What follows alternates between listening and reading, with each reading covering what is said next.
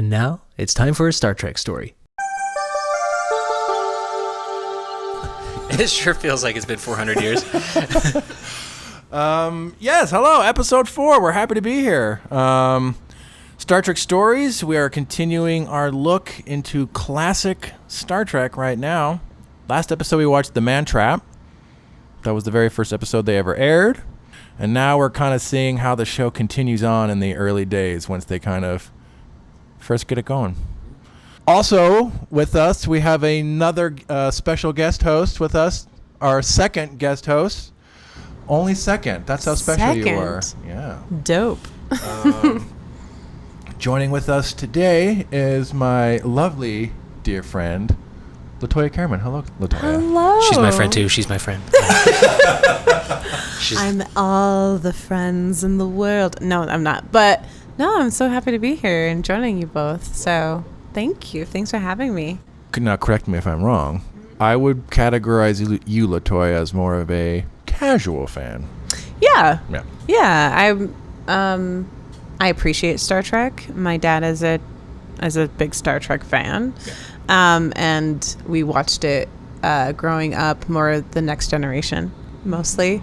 But he definitely watched like some of the earlier episodes with William Shatner, and I was like intrigued but not enough to be drawn in, you know? So it was definitely in my household, but not something that like I would traditionally sit down and be like, we have to watch Star Trek, Dad. So, you know, yeah, I'm casual about it. I appreciate it and I like it when I like sit down and watch it. I love what Star Trek has done for storytelling, and then also, you know, for even like as a Black woman, you know, and as an actor myself, the history that it has attached to it is really a big deal, you know. So celebrate it, and definitely celebrate it myself. When we recorded last time, it was actually the day we all figured out that Nichelle Nichols had died. For those who are, not just to make this whole moment about race, but I can't, you know, deny that she's a Black woman and I'm a Black woman. And for the Black community, what she did was allowed us to see ourselves in that world and then far beyond that. So because of her representation, it actually created scientists and people wanted to go into NASA. Like it opened up the possibilities of what we ourselves looked like in the world and invited us to like explore that versus, you know, what we've historically been excluded from. So her representation like has obviously a lasting effect from the moment that she was on Star Trek even up to the moment that she's gonna like surpass her death, you know, her legacy. Shifting gears a little,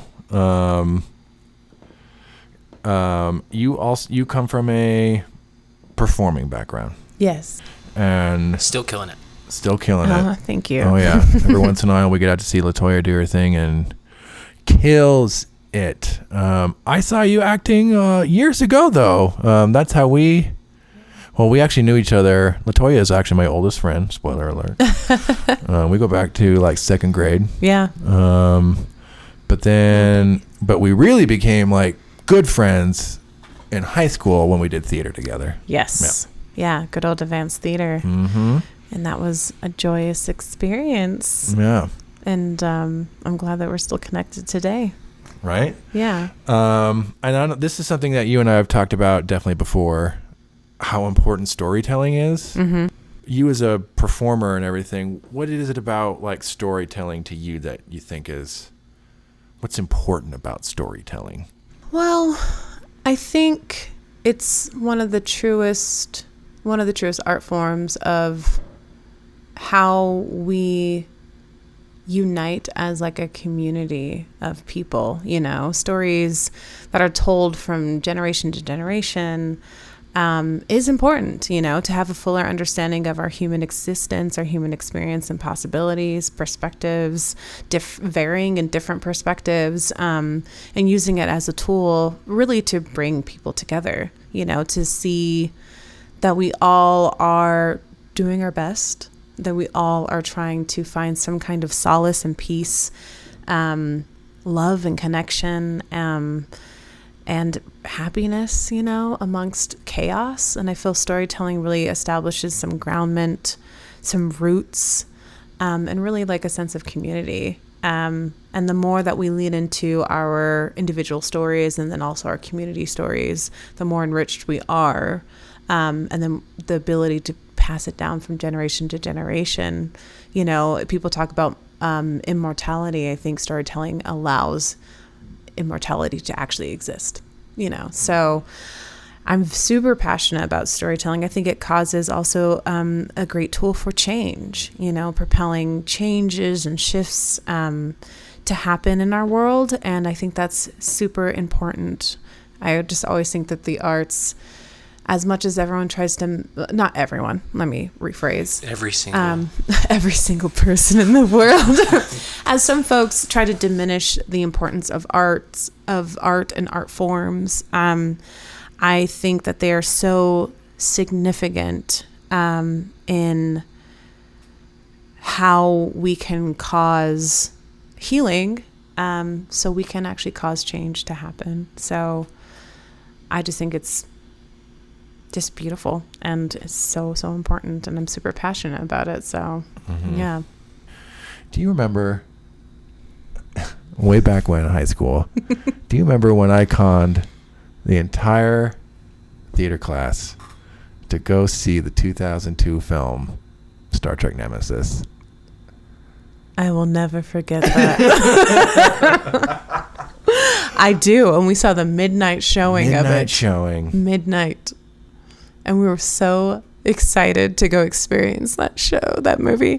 And we all were like, what the hell are we experiencing? And Jaron was like, I'm so sorry, everyone. I'm so sorry. So many people who had never seen Star Trek, it was their first exposure. I'm like, let's go see it. Was Star Trek Nemesis? Yes. Yes. Some people out there, their first experience with Star Trek is Star Trek Nemesis, thanks to me. Oh, and probs the last. Probs the last, yeah. They're like, you know what? Not for me. But actually, the cool thing about that experience, though, was to tie it back in. The reason why we all decided to go was because you created such a community to go and experience that show. And I think that's actually really cool. And it says a lot about like your love of Star Trek, and also like just the love of like wanting to share it just with other people. Yeah, I think that's cool. Happy this one. You're like, sorry everybody, but also like, yeah, but I still love you all. It's a fond memory. You're gonna go see the next one? No. Okay. That's probably a good segue into what we're about to watch now, though. We're not watching one of the movies. We're just watching one of the episodes. Today we're watching Balance of Terror. Balance of Terror.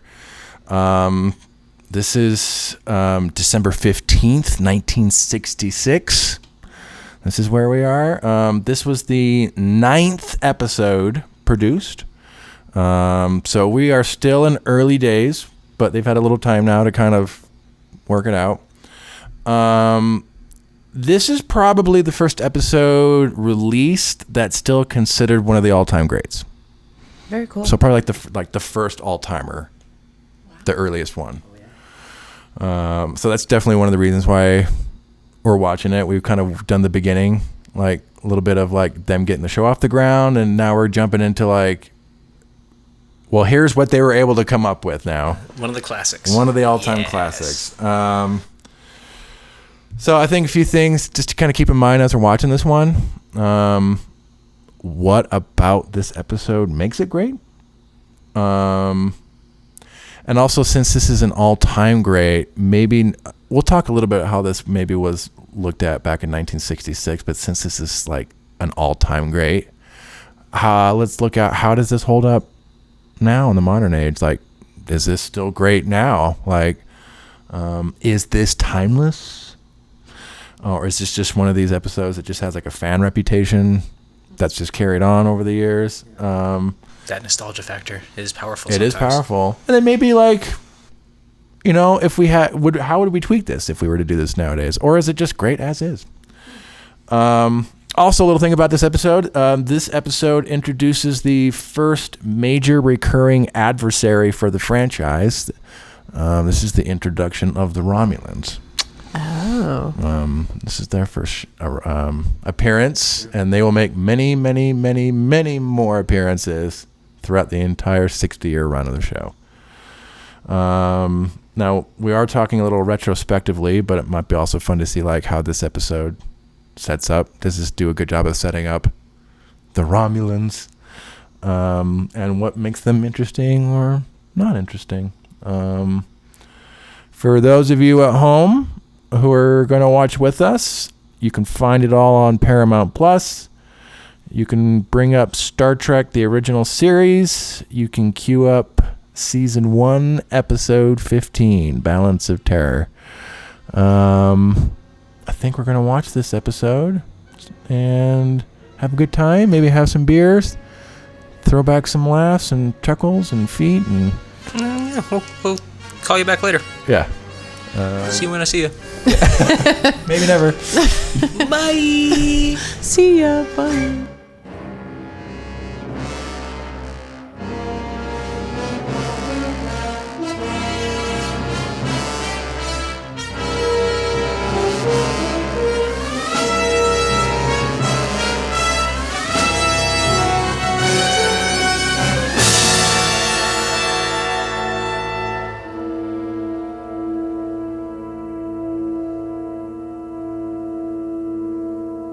I wish I were on a long sea voyage somewhere.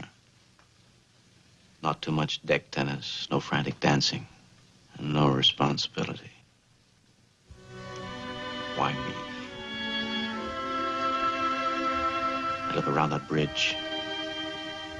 I see the men waiting for me to make the next move. And Bones, what if I'm wrong?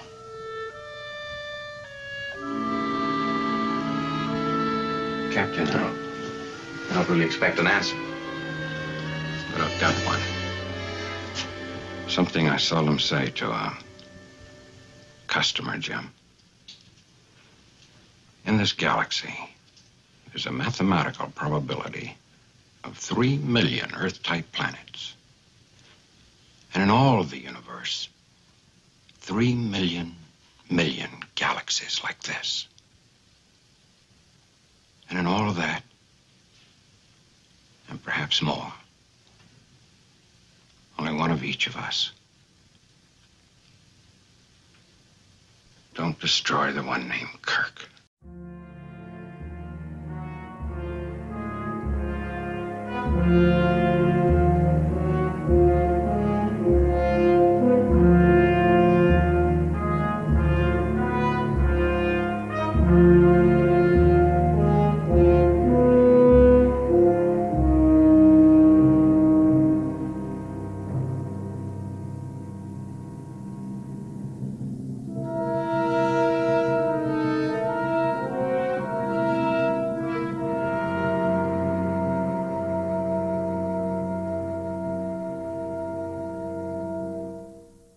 Balance of terror.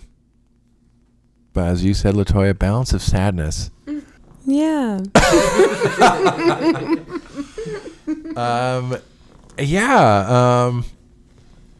What do we all think about this one? Latoya?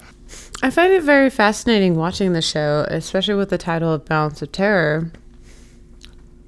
Because I find myself very, to be honest, emotional.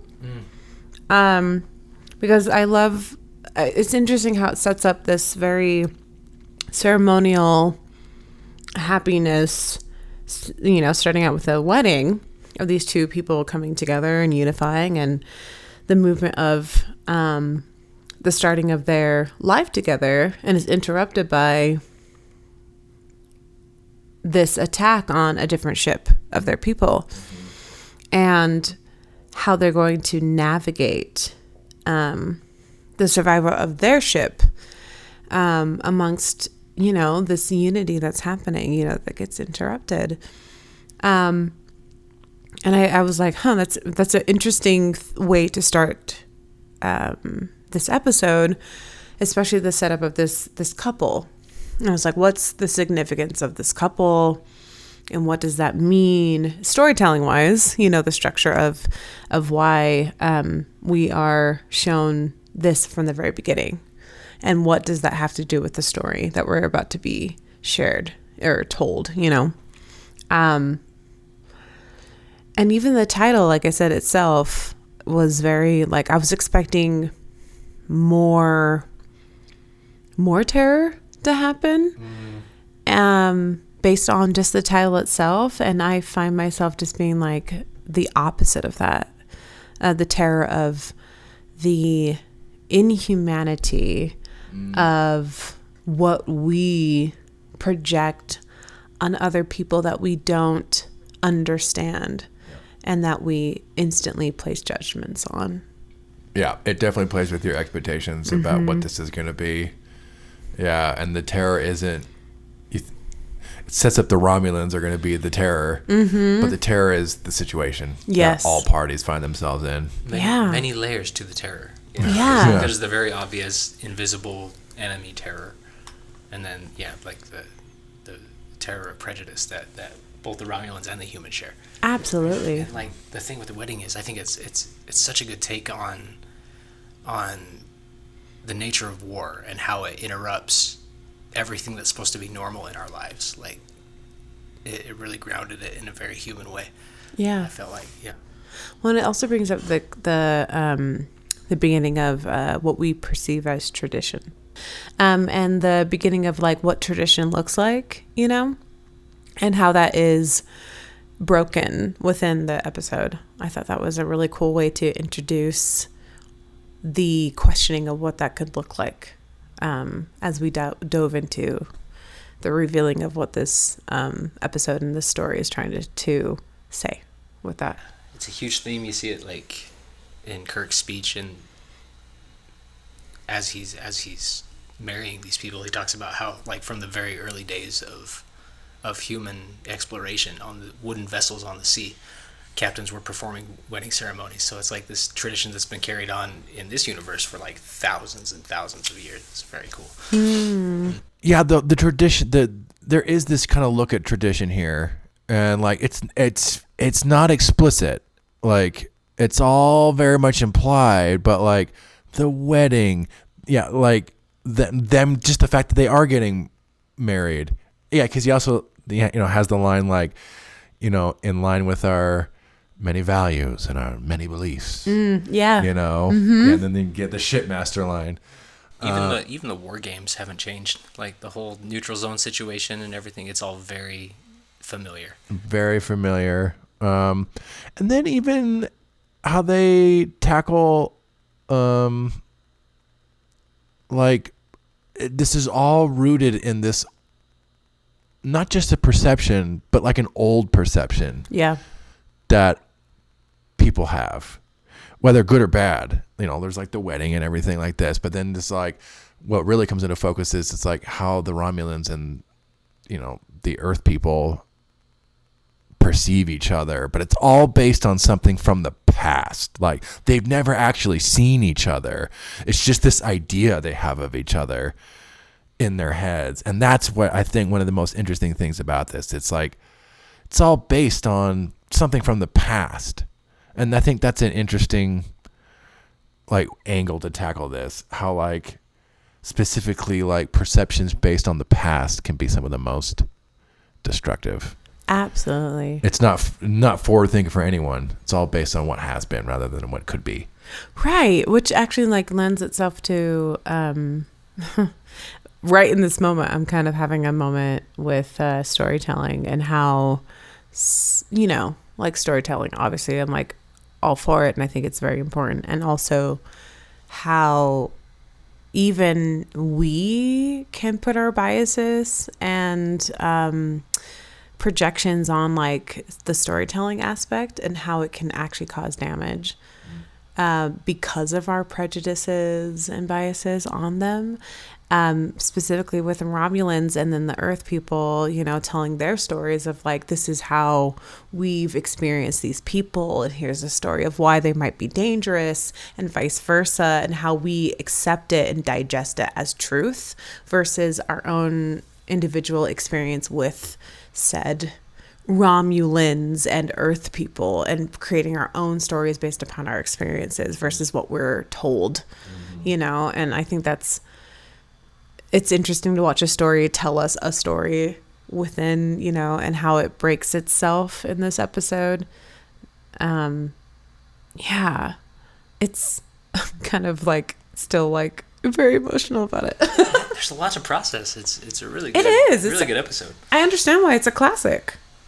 I think there's, as far as I can see it, there's like 4 kind of like major like either conflicts or like storylines kind of going on in this one. There's for how kind of like simple the story is, there's a lot going on, and like credit to the writing. Like it's a lot of show don't tell. Like you're just watching all this happen, but there's so much implied and so much going on behind all this for multiple people. So conflict 1, Kirk versus the Romulans. And it's really not even so much Kirk versus the Romulans, but like Kirk versus like the Romulan commander. There's a lot of fun scenes with both Kirk and the Romulan commander where they're both kind of like talking about the other one. It's like, yeah, that's exactly what I would have done.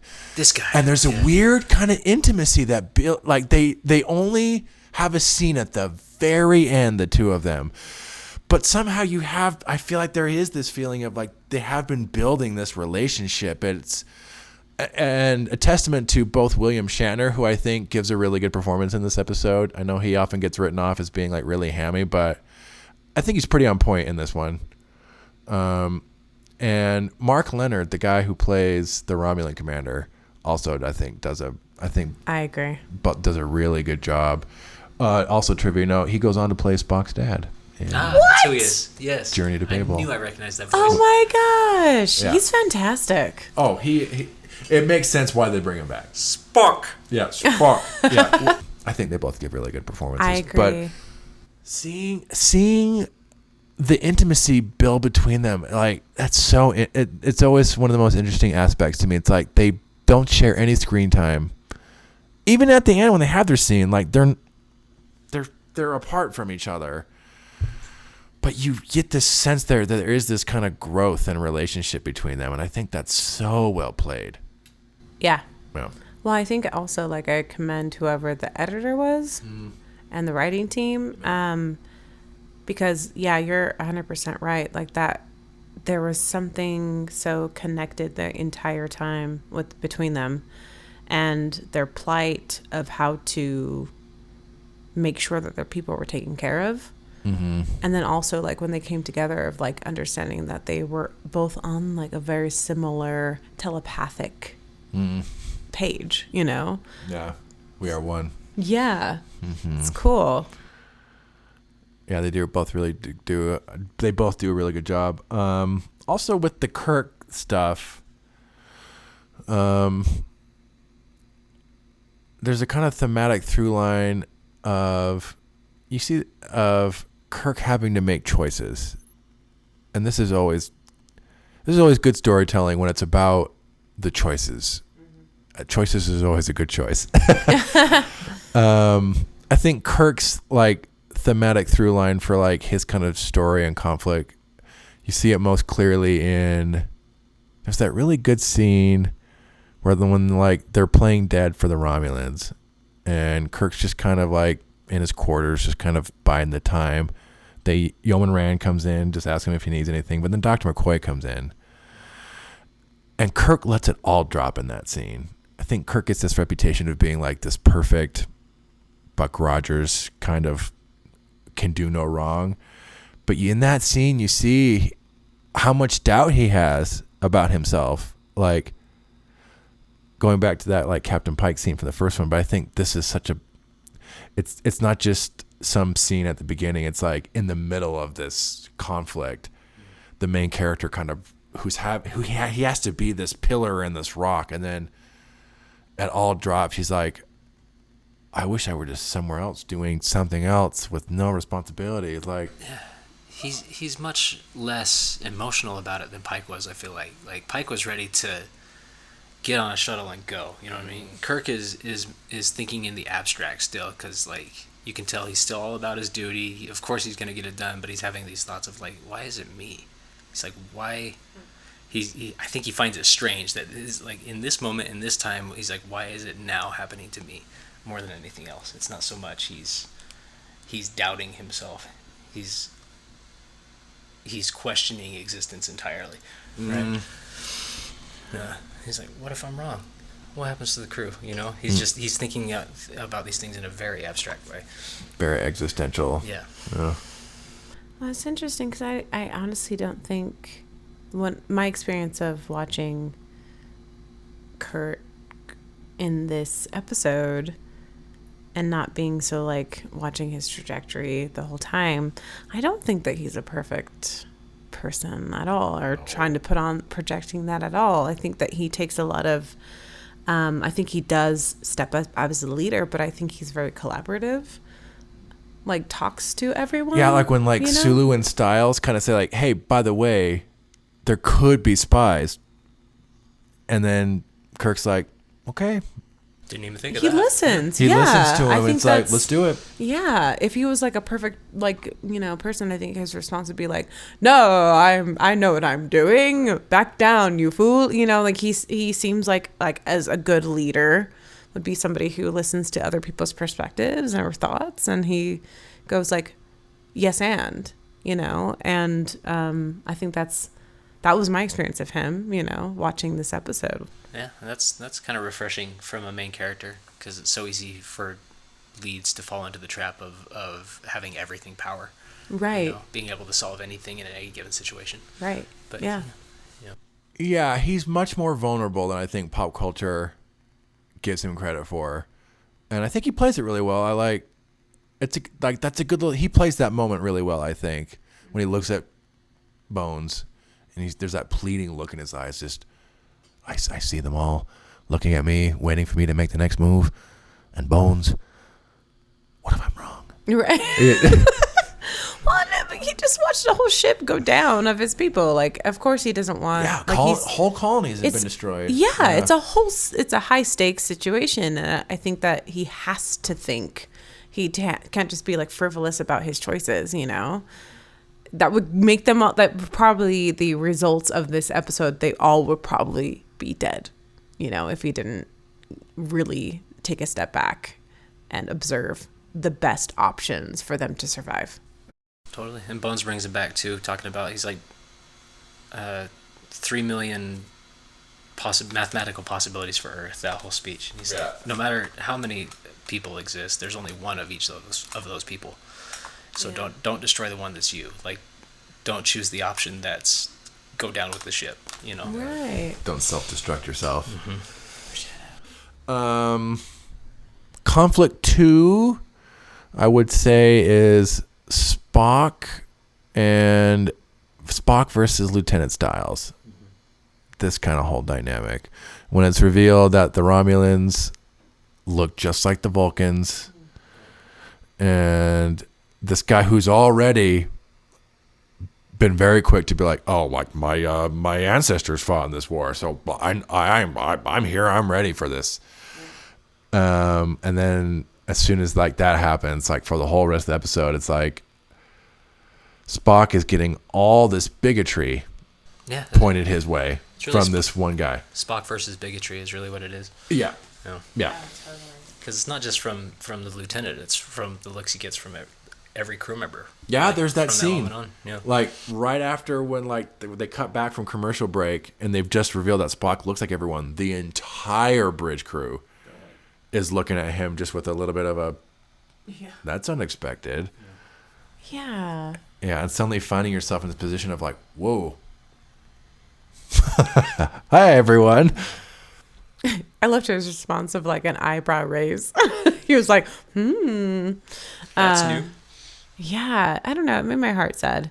Only because, like all the good and camaraderie that Spock has always like shown up and been instantly goes out on the wayside because he looks like the enemy. And even though like, are they really the enemy ? And I was like, oh, that sucks. And then like with Styles, right? Yeah.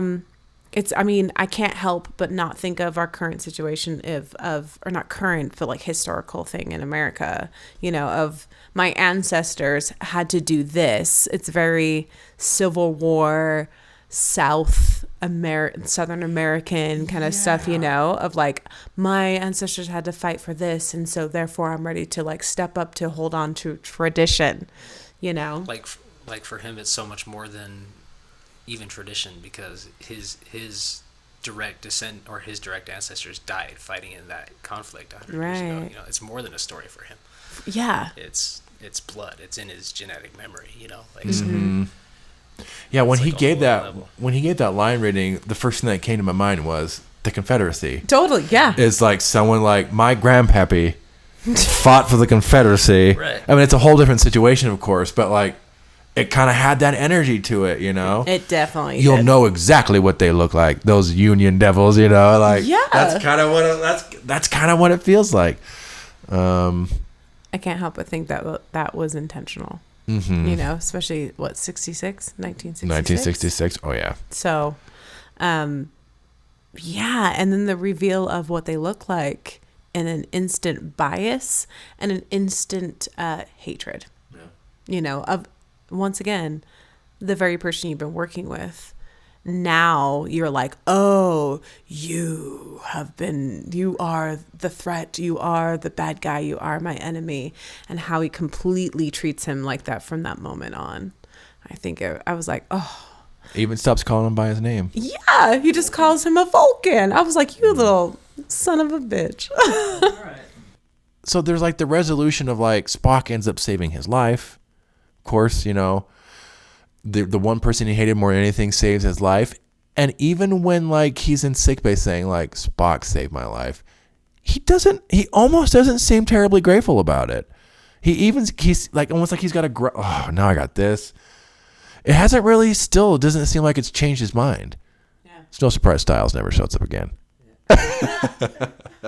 You kind of see from his perspective, you really see, like you said before, like he thinks he's in the right. He thinks everybody else is thinking that way too. They're just maybe fronting or saving face or something to be. We got to be PC. Yeah. It's like, but everybody really thinks the way I think about the Romulans, obviously. Right. Yeah. You are the problem. Yeah. He never really changes his perspective on it. Yeah. That's like disheartening. It's kind of tragic. Yeah. Like all these kind of conflicts kind of have a kind of tragic resolution. Like the least tragic is like the first one where like Kirk defeats the Romulans and averts war. They win, but you don't feel like they won. No, and there's still like very much like a personal cost on the guy, you can see, and we'll get to this in a second with like the whole wedding thing. But there's definitely like a personal cost. And then Spock and Styles, there's no real like Spock saves him and it's still, that's it. Like the guy doesn't seem terribly moved by it. Like, yeah, that's kind of sad. But also like, I feel like Spock also registers that, like he gets that, with his response. I can't remember exactly what he says, but it's not as like it's not, he expresses the same kind of energy as he does. I am capable of no other feeling in this matter. Yeah, exactly. Like it's not like, like, hey buddy, like I do it for you because like it's exactly what he serves. It's the exact same energy back, Yeah. It's a F you.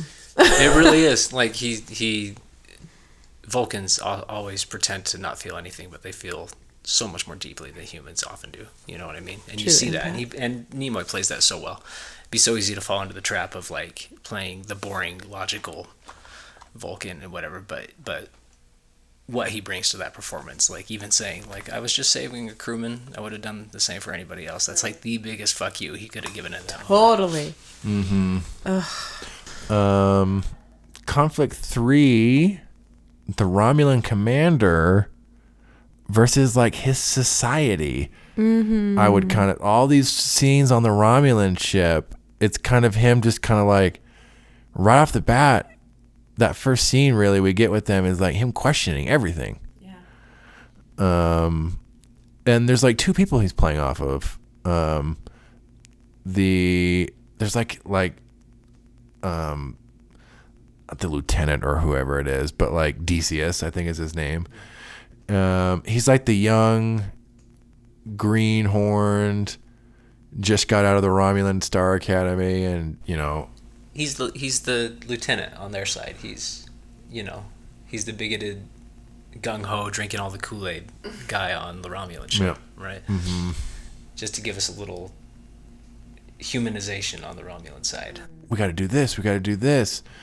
And then there's like the Centurion, the older guy, who the commander has kind of been serving with for a while now, and that's a much more like empathetic relationship. And he's like, we've been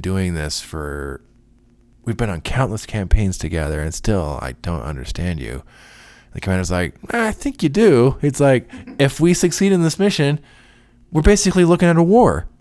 Right. Like, why is this anything to celebrate? Like, he's like, well, we're the strongest. This is what we should do. He's like, why? Why should we do this?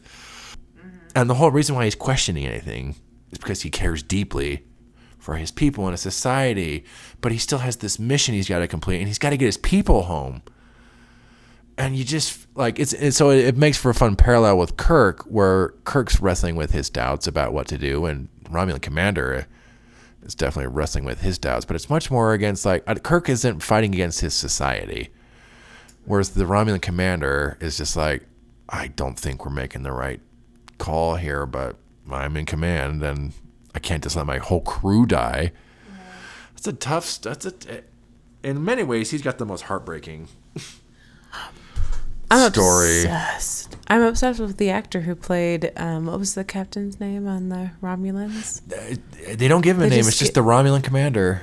He's fantastic. Like, I just have to say, like, once again, his acting from the very beginning of when we're introduced to him, I literally was like, who are you? And your acting choices are very interesting to me.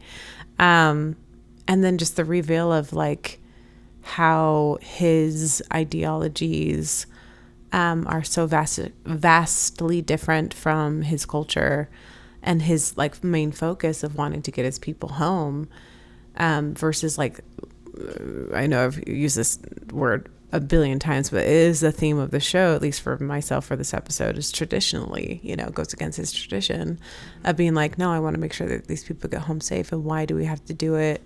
Why do we have to die for the sake of a traditional mindset of going down with our ship in a war? It doesn't make sense, at least to him. But like, I'm obsessed with that actor because it's just very, from the very beginning, very like emotional, and I just felt very compassionate for the situation that he was in. It's like there's something there storytelling wise, like captains. I feel like they're in a perfect focal point position to tell a story, because they're not the highest in the chain of command. They're not like in the working class or whatever. They're the ones that have to make the decisions in very real situations, and so you see, it's really easy to convey all these big themes, all these huge stakes from their perspective. I don't know. You get to feel and see all that drama and emotion play out in real time. Right. So that moment at the end, yeah, it's so good. That the I could have called you friend moment. Oh. Yeah, I think that moment is probably like the single thing that propels the episode into like the all-time great status. I'm like, oh, that's a really good moment.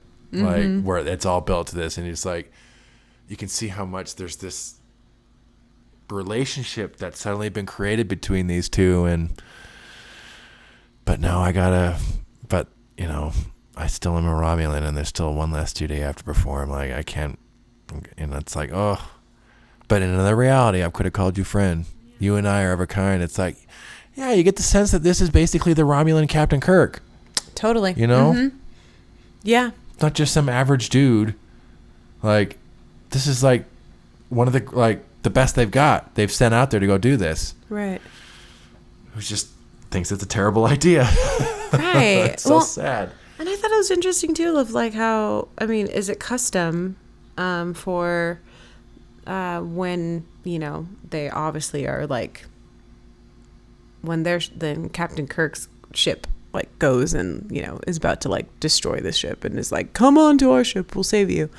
Is that customary for them to be like, we'll bring you onto our ship to like save you? Take survivors aboard. Yeah, I thought that was like cool of like observing that moment of being like, you know, not somebody who watches the show as often. And I was like, oh, that's interesting. And for him to, you know, have that option given to him,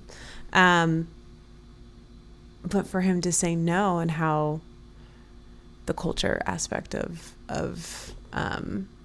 his tradition still outweighed his own kind of choices, you know, despite his own, I guess, value system or whatever. Mm-hmm. It's funny how like the humanity gets switched back on the moment that victory is assured. Like, okay, we've killed a bunch of your people, but now that we won, we'll take your survivors aboard. Yeah. Right? Mm-hmm. But not only until then. Right. Up until that moment, we were ready to kill every single one of you. Mm-hmm. There's only 2 of you left. We'll take Bring you them on. Yeah. And then like the kind of last conflict, the wedding couple. I don't know what we would call this, like this wedding couple versus like war or like time or whatever. And this is probably the most like, I don't know, abstract or symbolic. I think it's the one that is left up the most to interpretation of the audience as to why they put this in there. Mm-hmm. Everything else is like very clear cut as to why they put that in there. Mm-hmm. Then there's the wedding couple. It's like, yeah, why this? And why do they bookend it with this? See, I got the sense it was a little bit implied that the entire conflict wasn't worth it. Like, was this even necessary at all from either side? Because you see the consequences. You see, as soon as they snap back to their normal way of doing things, the next thing that lady's going to have is a funeral for her husband that she never got to marry. Yep. You know, and that's her next phase of going back to normal. It's so bizarre. Yeah. Like, so I think that's really what it's about is how are we supposed to move on after something like this happens? Like it's normal, you know? Right. And it shows that, like, the last thing you see is Kirk just walking down the hall, like, okay, back to work. Yeah. Here we go. Life goes on. Yeah. Right. I also think of, like, Love and War, you know? Or Peace and War. I don't know. But, like, you know, how we think that above all, and I do still believe in this and to an extent, but like love, we always like lean into love that will like solve everything. Mm-hmm. And unfortunately that's just not the case. You know, we hope, and that's very idealistic of us, but like at the end of the day, war still happens and death still happens. Mm-hmm. And you still lose something. Yeah.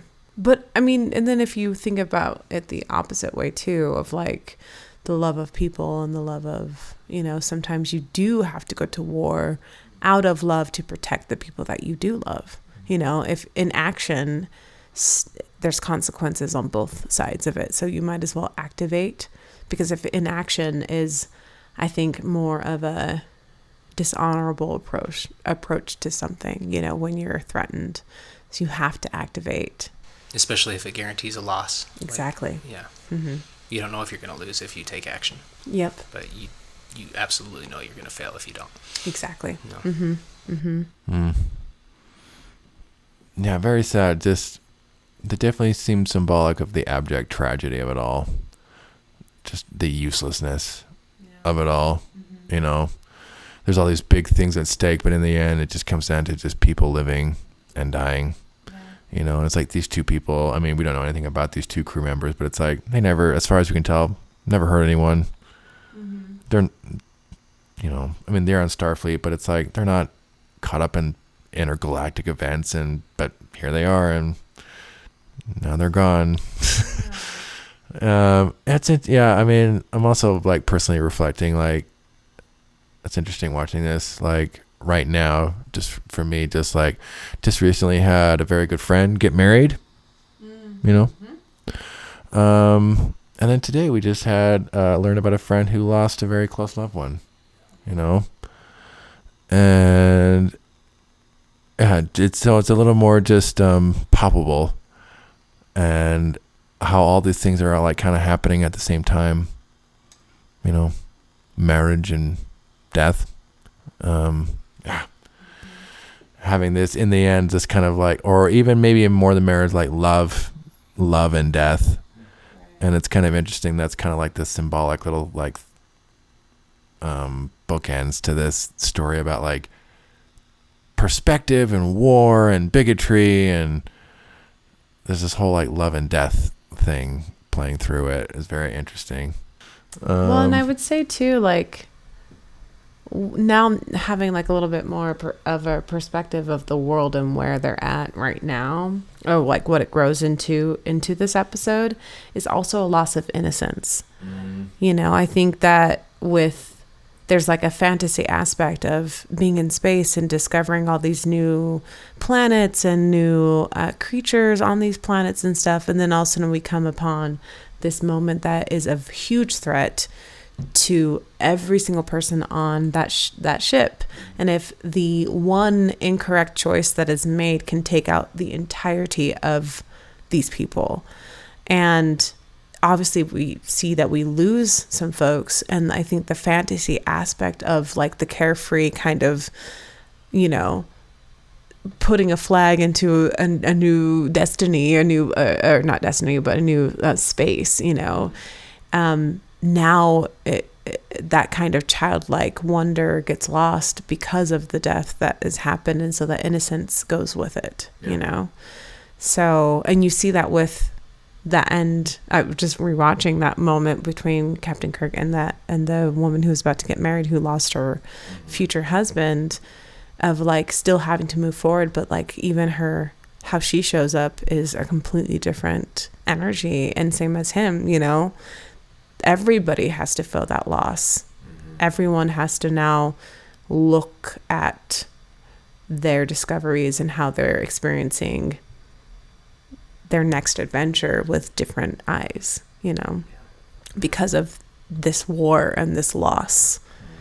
So I love that, the loss of innocence of humanity in space. Yeah, That's very interesting. Yeah, I think this, you know, I still think this definitely deserves its status as one of the greats. Like, I think it still really holds up as far as any kind of tweaking goes. I'm like, yeah, like it'd be like, I think you said, like, you know, maybe some pacing stuff, but I think more or less this episode, if this were made nowadays, I mean, the biggest thing to tweak would be, it is still a lot of blue-eyed straight white guys talking about bigotry. Yeah, you'd see more diversity in the cast. Oh, we talked about too, like the acting moments that all the main characters got on the bridge. Like they all got their one close-up shot to react to like so many situations that just doesn't happen anymore in TV. Yeah. It's all very fast-paced, and they're trying to fit as much story and dialogue as they possibly can. It's like the game has totally changed. Yeah, just these quiet moments of just pensive looks from everyone. You know, it's lighting and purples and reds are across their face and everything. Like for like 10 seconds at a time, we're just looking at somebody's face. Yeah. right. Which I don't know, because I just recently saw like 6 theatrical plays, like stage plays. I actually was transfixed by it. Like, I can see the pace thing, and also understanding, I don't know, I think it'd be interesting to see more shows kind of go back to that theatrical kind of storytelling on film, to give us more time to really actually contemplate what the themes are of the episode, versus like chopping it through, and then we completely, like in a blink, we're trying to like capture what the episode was about, and we're on to binging the next like 6 episode and being like, I missed something. I think, I don't know, the approach of that theatricalness gives us time to catch what the episode is actually trying to convey and what it's trying to say. And I think it's important, you know, especially if we're going to talk about those deep things about bigotry and, you know, racist shit. I think it does need to allow us to have a self-reflective moment of how we show up in those situations, and how are we showing up with our biases, and how are we being a bigot, in certain circumstances, and how our judgments appear, So I don't know. I think there is some availability that we can maybe lean into moving forward, that if we're going to focus on certain things like that, themes like that, I think maybe going back to that kind of structure might be really impactful. It kind of forces you to like literally sit with it, just because like the characters are like almost like literally sitting with it. And there's kind of like fun little moments, like, again, like I've said this a few times already, but like there's so much like that's not said. You're just watching it, and like when Styles leaves the bridge to go work in the phaser room, and Uhura comes up to take his place. It's kind of just an interesting visual moment. Like, the racist of the bunch is going to go do something else, and who comes to take his place? Lieutenant Uhura. And then at the front of the ship now you have Lieutenant Sulu and Lieutenant Uhura, who are really, like, as far as we see, the only two people, like, non-white actors on the show. One Asian American man and one African American woman, and it's just nothing is actually said about it, but it does make an interesting kind of. I wonder how much of this was intentional when they did this. Right. Right. Here, the racist leaves, and who takes his place? Uhura. There's a brilliant little moment right there with Sulu, when Uhura sits down next to him. He just looks at her with such empathy for like her personal situation on that bridge. I don't know. There's so much story there. But it's interesting because like I am curious if they, nowadays that we have a little bit more context of like what that actually like could mean, because like traditionally like American history, Black women are always the ones who step in and clean up messes. Which is like projected and expected of us to do that, which I'm like is fucked up. And like I wonder in that time if they actually really did realize what they were doing when they did that.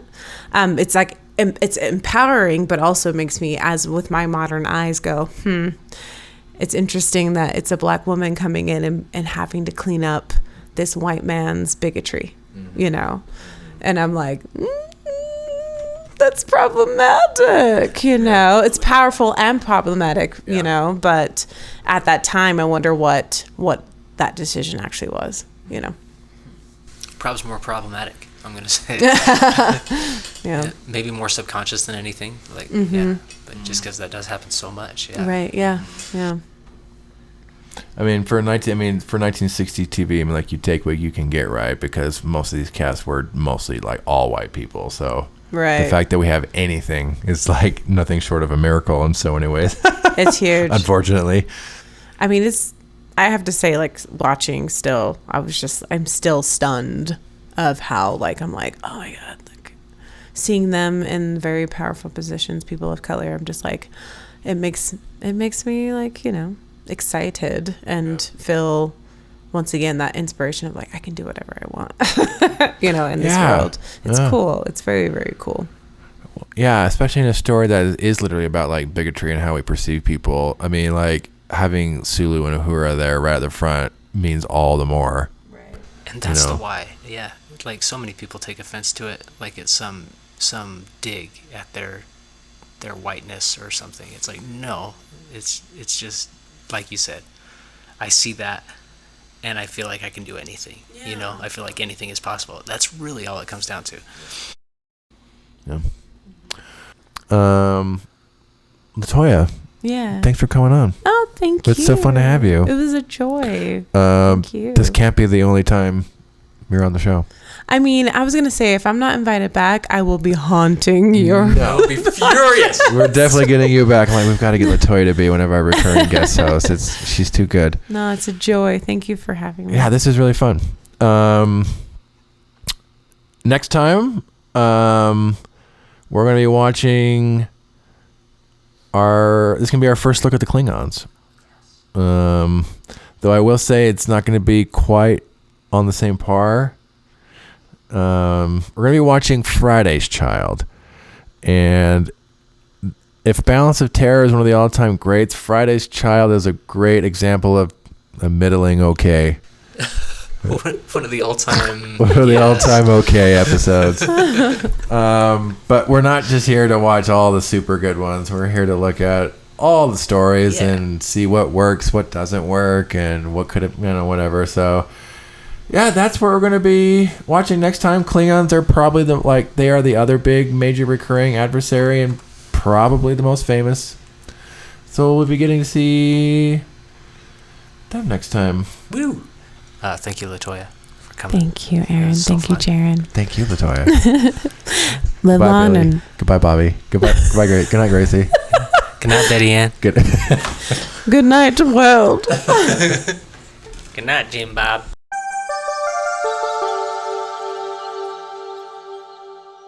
Thanks for listening. If you'd like to share your own Star Trek story or give us a hot take on the episode we just watched, you can join the conversation by visiting our Discord server.